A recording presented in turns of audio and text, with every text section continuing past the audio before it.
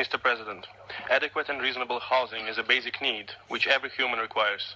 It must provide more than 4 walls and a roof. There are a number of conditions which are a must for a particular type of shelter can be considered to represent adequate housing.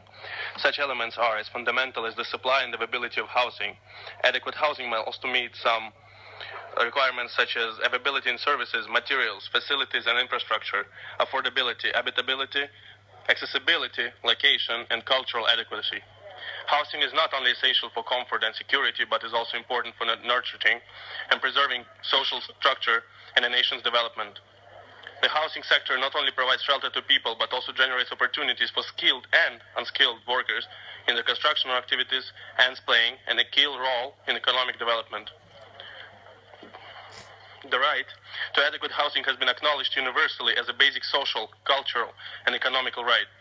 The right to housing has also been recognized in the constitution of many countries, in the International Covenant on Economics, Social, and Cultural Rights, as also in the Universal Declaration of Human Rights. According to the international human rights law, every person has the right to an adequate standard of living, which also includes a proper shelter. Even though the global legal system recognizes this right, as many as 1 billion people do not have access to adequate accommodation. Despite being a global right, there are millions of people worldwide who are forced to live in conditions that are unsafe for their health or life-threatening, such as overcrowded slum areas, informal dwellings, or other places where the conditions do not uphold their dignity and human rights. Thank you, Center for Environmental and Management Studies. Mr. Vice President, I would like to draw the UN Council's attention to the rise in extrajudicial killings committed by the law enforcement agencies in Pakistan and in particular in Karachi.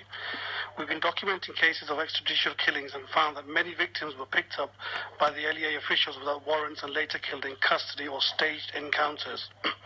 Political victimization by the LEAs is a norm in Pakistan.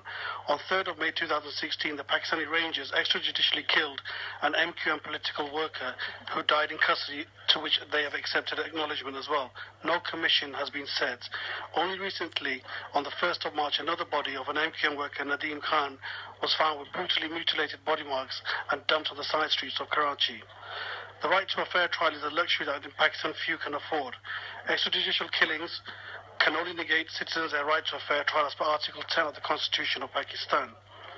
The state routinely indulges in torture and ill treatment with complete impunity, although it's a signatory to the UNCAT and other international conventions. Despite torture and ill treatment being extremely rampant, the state denies all involvement. In view of the above, we request the Human Rights Council to urge the Pakistani government to urgently promulgate and implement the Torture Act in accordance with UNCAT. If torture is proved, the perpetrator must be relieved of duty, reprimanded and punished.